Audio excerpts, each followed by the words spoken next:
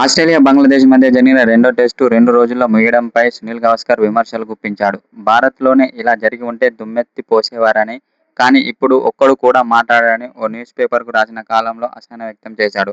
మాకే వేదికగా జరిగిన ఈ మ్యాచ్లో ఆస్ట్రేలియా ఇన్నింగ్స్ 51 పరుగుల తేడాతో విజయం సాధించింది. ఈ మ్యాచ్లో బంగ్లాదేశ్ 2 ఇన్నింగ్స్లో కనీసం 100 పరుగులు కూడా చేయలేకపోయింది. అయితే ఆస్ట్రేలియా బ్యాటర్లు కూడా తీవ్రంగా ఇబ్బంది పడ్డారని అన్నాడు.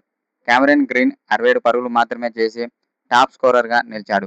టెస్టు క్రికెట్ చరిత్రలోనే అత్యంత వేగంగా ముగిసిన 4వ టెస్టుగా ఈ మ్యాచ్ నిలిచింది. అయితే ఇప్పుడు ఒక్కడూ మాట్లాడడం లేదని సునీల్ గవాస్కర్ అంటున్నాడు. ఈ మ్యాచ్ ఫలితంపై తన కాలంలో ప్రస్తావించిన గవాస్కర్ ఆస్ట్రేలియా, ఇంగ్లాండ్ దేశాల ద్వంద్వ వైఖరిని ఎండగట్టాడు. ఆస్ట్రేలియాలో మరో టెస్టు మ్యాచ్ 2 రోజుల్లోనే ముగిసింది. గత కొన్నేళ్లలో అక్కడ ఇలా జరగడం ఇది 4వసారి. అయినా ఈ వికెట్పై ఇప్పటి వరకు ఎలాంటి విమర్శలు రాలేదు. ఈ పిచ్కు వాళ్ళు అనేక సాకులు చెప్తారు.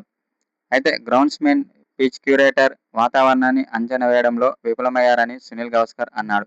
ఎక్కువ వేడి ఉంటుందేమోనని ఊహించి పిచ్పై కాస్త ఎక్కువగా గడ్డి ఉంచేశారని చెబుతున్నారు. అదే అధిక బౌన్స్కు దారితీసిందని సర్ది చెప్పుకుంటున్నారు. లేదంటే బ్యాటర్లకే అలాంటి బౌన్స్ ఆడే టెక్నిక్ లేదని, పిచ్ టఫ్ కాదనే సాకును కూడా వెతుక్కుంటారు. వారి సొంత బ్యాటర్లు బాగా బ్యాటింగ్ చేసి ఉంటే ఈ సాకును నమ్మవచ్చు. కానీ వారు కూడా ఒక మంచి భాగస్వామ్యాన్ని నెలకొల్పలేకపోయారు. ఆ పిచ్ ఎలాంటిదో అర్థమవుతూనే ఉంది కదా అని అన్నాడు.